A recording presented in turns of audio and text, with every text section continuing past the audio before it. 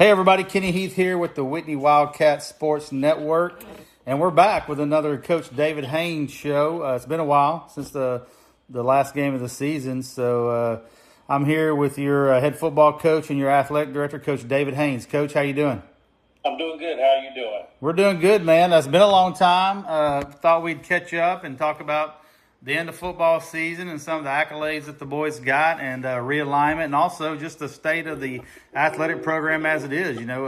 Other teams and your other sports and how they're doing.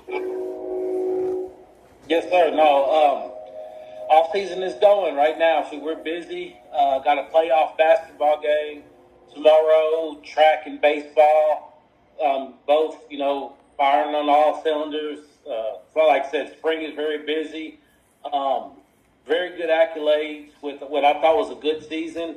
It didn't end the way that we all wanted it to, but I mean, it was a good season. 10-3.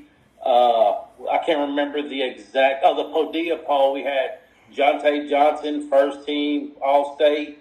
That was a big deal. Excited. I don't know when the last time we've had a first team All-State player in Whitney. I know that we had a couple third teams. Yeah. While I was here, but first team, that was pretty good. With the Bluebell, I can't remember all the sports writer, the Bluebell Sports Writers poll came out a couple of days ago, like Tuesday, right? Yep. We had Coach Haynes, first team utility, All-State, and then I was super excited for Aiden Albright and Jackson Landrum. They got third team All-State, and when I told them they would, because they had no clue, and they were so excited, I sent them the article. So giving them kids a lot of praise. The All-Smoke team, we had, Kobe and Jonte Johnson. They got first team. I believe Jackson Landrum got first team also. I kind of scrolled over that because I kind of went through and looked for Colt and I think Jackson deserved it. He's got 15 interceptions in 2 years, 7 last year, and a couple of pick sixes. Had 2 interceptions on the same drive there in West, so that was impressive. That kid, man, I tell him every year that he's a college football player. He can play some dang DB. He is smart. He is he understands it, and so like I said, I think he's a college player at playing DB.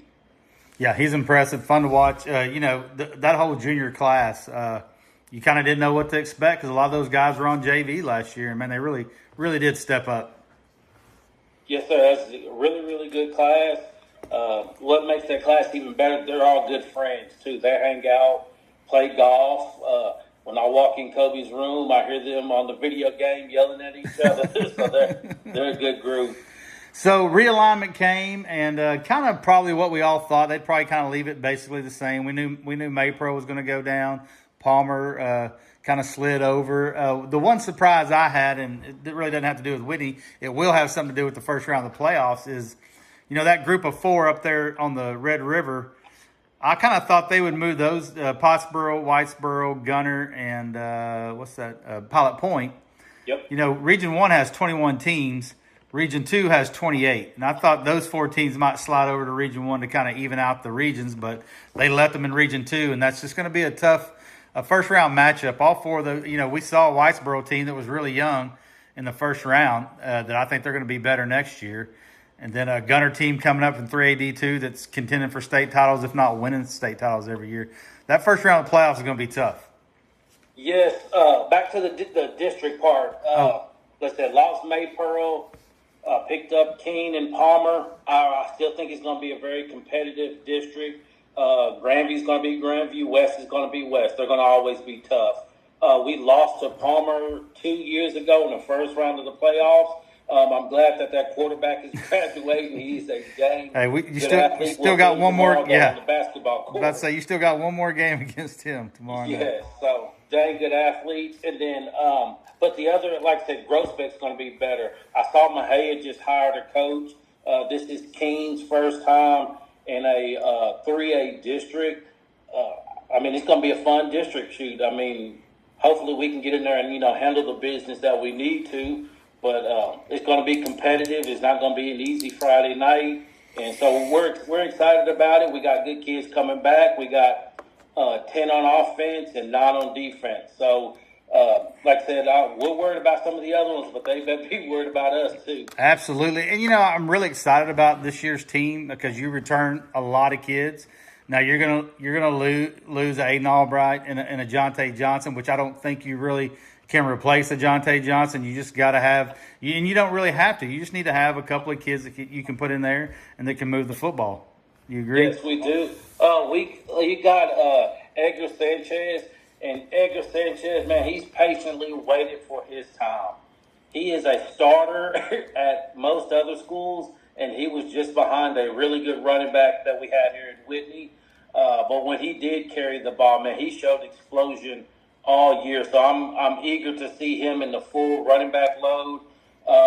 We have Josh Richter. He's going to come. He's going to run the ball a little bit. You got I can't even think of his name. He moved in earlier this year. I can't even think of his last name. Dalton Tidwell. Okay. Dalton Tidwell. He moved in last year and played on JV for us this year. He's going to be a good one.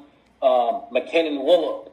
He's going to be a sophomore next year. That kid is smooth with the ball and just a natural football player. So it's going to have to be by committee. I mean, Kobe's going to have to run it maybe a little more next year also. But, I mean, it's going to be by committee with our backfield. Yeah, and the good thing about the positive I see is you get a whole year with Kobe practicing at quarterback.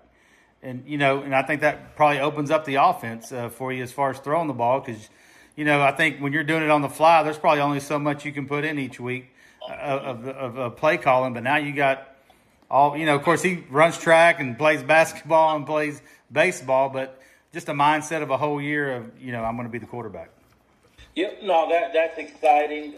Me and him, we've already kind of started our talks and what he wants to, like his senior year to look like as far as like the offense and what he would like to run. So I'm excited for him to, to take the reins of it and continue to progress throughout the last part of his years in high school. All right, so basketball, the girls, they made the playoffs this year.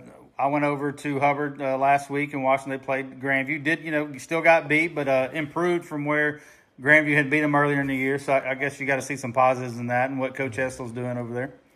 Yeah, she does a great job. I sent her a long message with how good she did with those girls this season. Those girls have fought all the way through the season, but just to see them fight in that playoff game, it didn't turn out how we wanted it, but they fought all the way to the end. So super proud of our girls basketball team. Yeah, and like you said, tomorrow night we're going to go to Corsicana and play Palmer in the first round of the playoffs. I think last week Grandview Palmer played each other to see the seeding in that one, and Palmer ended up the Eric Cisneros, the same kid we were just talking about, got really hot in that third quarter, and I mean that dude, I saw some highlights. He scored like 20 points in that third quarter, hitting NBA threes. So it's going to be a tall task for the Wildcats tomorrow night. Yep, he scored, I think, a total of 52, 53 points. So we're going to have to come guard. And what's crazy, and I know you didn't ask me, but I got to say it. Okay. I don't like the big school, small school with the other sports.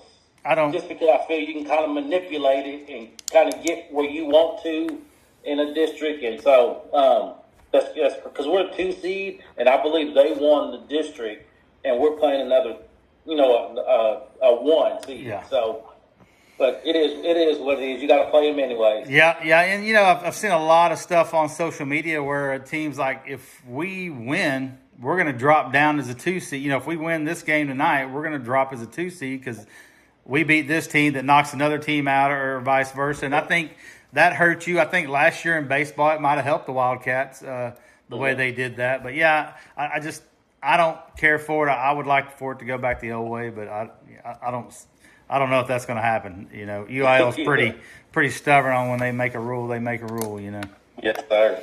All right, so you got baseball started up, softball started up before baseball. Both those are kind of getting into the groove. They're still missing. I guess softball got their basketball girls back. Baseball, they're still waiting on some dudes. So how are those looking? Oh, they're looking good. Coach Callie Poor, Whitney alumni. She's leading our softball team now. Super excited for her. young, energetic, played in college. So, like I said, I'm excited. She's coming back home to coach, the sport that she loves. I've been out there at practice and been to a couple of games so far, and she's doing a really, really good job with those girls. So they're learning the game. It's getting broke down. Excited for them. Just, trying to take small steps with that program and just get it back into the playoffs. And then, before you know it, I guess track season's winding up, fixing to get ready to go. So how do you – a lot of your football kids are going to run track. We're talking about the boys' track team. How do you balance that 7-on-7 track schedule when it gets late in the year?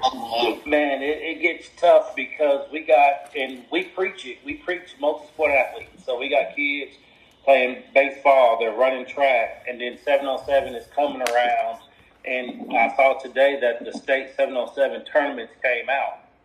And, it just really depends on where we're at as far as playoffs and regional track meets and all that type of stuff. So I never want to interrupt a season. I would never want to interrupt, Coach Sonia's track season or Coach Shepard baseball season. I want those kids to compete at the highest level and go as far as they can, and we'll worry about football when we get there. I mean, we'll have plenty of time this summer. Yeah. All right, Coach. Well, glad we got to hook up with you and talk about kind of the state of the union, the state of the athletic department with you, and hopefully we'll be checking in sometime next month. Yes, sir. Sounds good.